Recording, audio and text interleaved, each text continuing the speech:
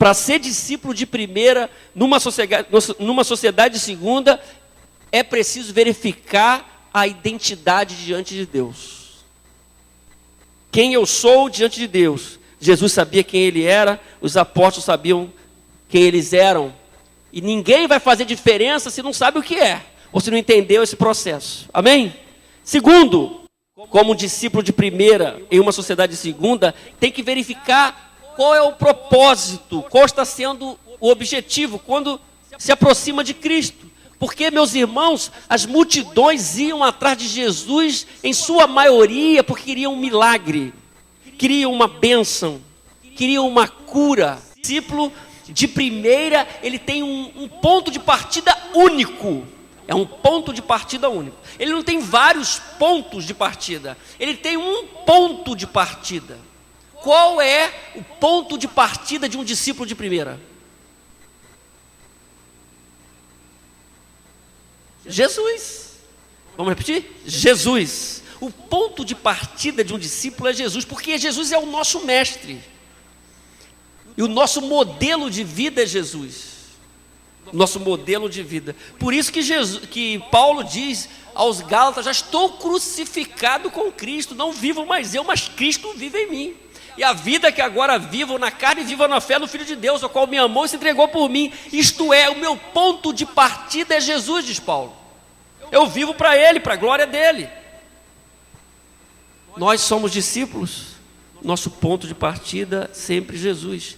Quando na caminhada da fé nós temos outros referenciais como ponto de partida, nós geralmente prejudicamos a caminhada e nós não nos tornamos aquilo que Deus quer para a nossa vida, para a nossa carreira, para a nossa missão de vida, para o nosso ministério, porque o ponto de partida tem que ser Jesus. Segundo, um discípulo de primeira, ele vive, conforme o texto diz, na dinâmica do aprendizado. Quantas coisas nós aprendemos hoje aqui, e não só aqui, desde cedo nessa igreja. Um discípulo de primeira, ele vive na dinâmica do aprendizado.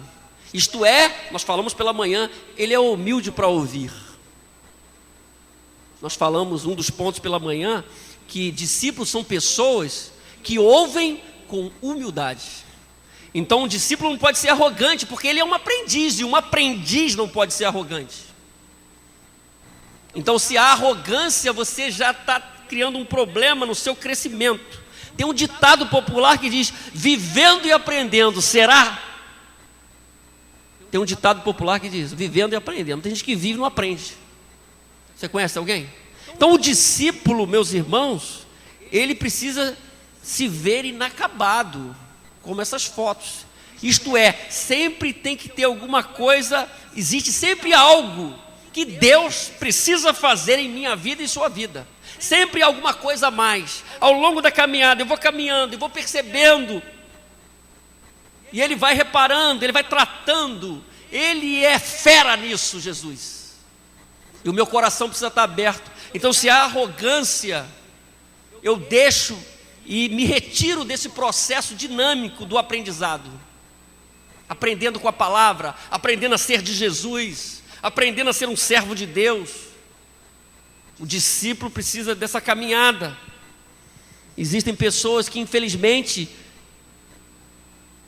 são discípulos de Jesus, mas desvalorizam isso, menosprezam o aprendizado, o ensino, pensam que não tem mais nada para aprender. Nós estamos sempre aprendendo. Rejeitam o bom ensino, são preguiçosas para aprender. Como discípulos de Jesus, nós precisamos seguir o seu caminho. E nós temos o modelo.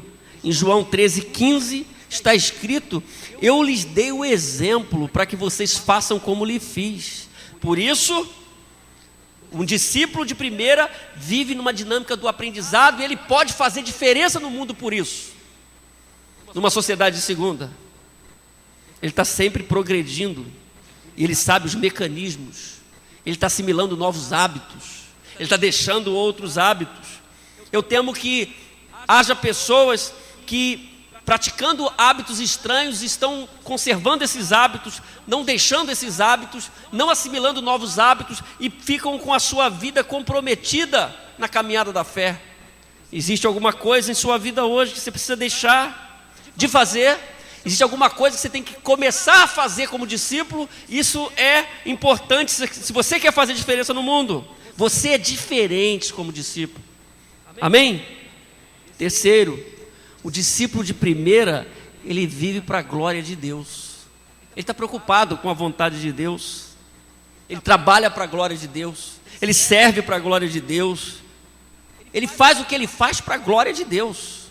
O próprio Pedro, no capítulo 3 da segunda carta dele, ele diz: olha gente, vamos crescer na graça e no conhecimento de Jesus, o nosso Salvador, Cristo.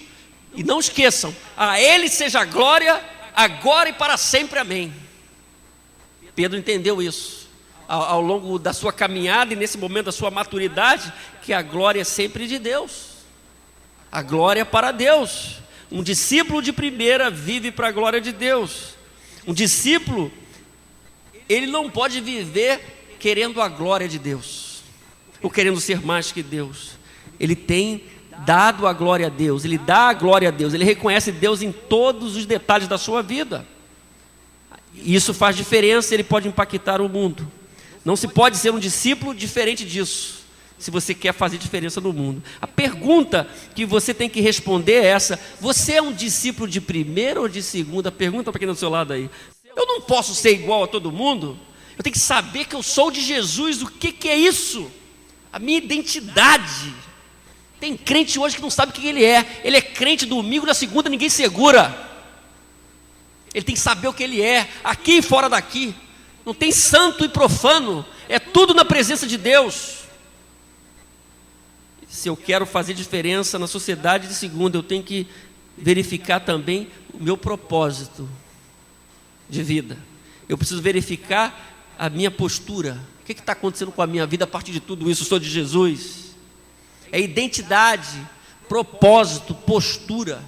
Isso faz diferença. Se nós queremos impactar, do contrário, a gente vai passando a reboque na história, sem trazer o impacto devido, mesmo tendo aquilo que pode revolucionar uma nação, que é a palavra, que é a presença de Deus, que é o Espírito Santo. Não há nada contra isso, que resista a isso, a presença de Deus, a palavra de Deus, o testemunho legítimo de quem sofreu uma ação divina real, não que teve uma adesão, mas que sofreu uma ação divina.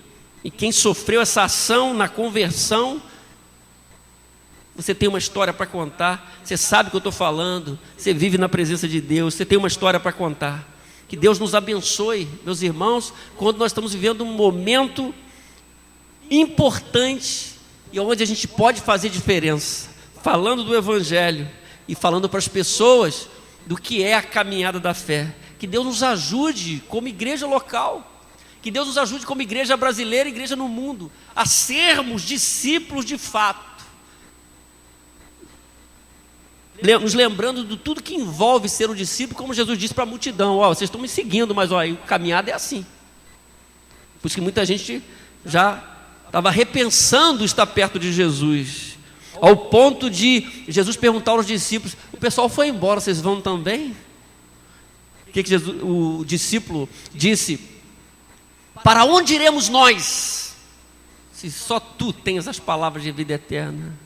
Isso é convicção de quem é, de quem segue. Nós seguimos a Jesus. A coisa vai engrossar mais ainda, a perseguição está acontecendo. Como é que eu vou me posicionar? Eu quero só, se apertar muito eu saio fora. Que negócio é esse? Parece que é assim na vida, na consciência de muitas pessoas. Mas ser de Jesus é pagar o preço. Não é ter vida fácil, como muitas vezes as pessoas falam e ensinam, não. É diferente. Mas ser de Jesus é coisa abençoadora. Ser de Jesus é trazer palavra de libertação. Ser de Jesus é trazer a palavra de Deus. É sofrer a ação de Deus no dia a dia. É glorificar o nome de Deus. É viver acima das circunstâncias. É ter fé, como nós cantamos: confiarei em ti. A gente diz isso mesmo na prova, nas lutas. Tantas lutas nós estamos vivendo, nossos irmãos vivem, e que nós vamos viver ainda, mas nós confiamos em Deus, porque a Bíblia diz que nós somos mais do que vencedores. O final a gente já sabe, de todos que pertencem a Deus, que são discípulos de Jesus, um dia estarão com Ele na obra completa. E aqui estamos em nossa missão, fazendo a vontade do Pai. Que Deus nos ajude a sermos tudo isso para a sua glória e para o seu louvor. Amém, irmãos? Feche seus olhos.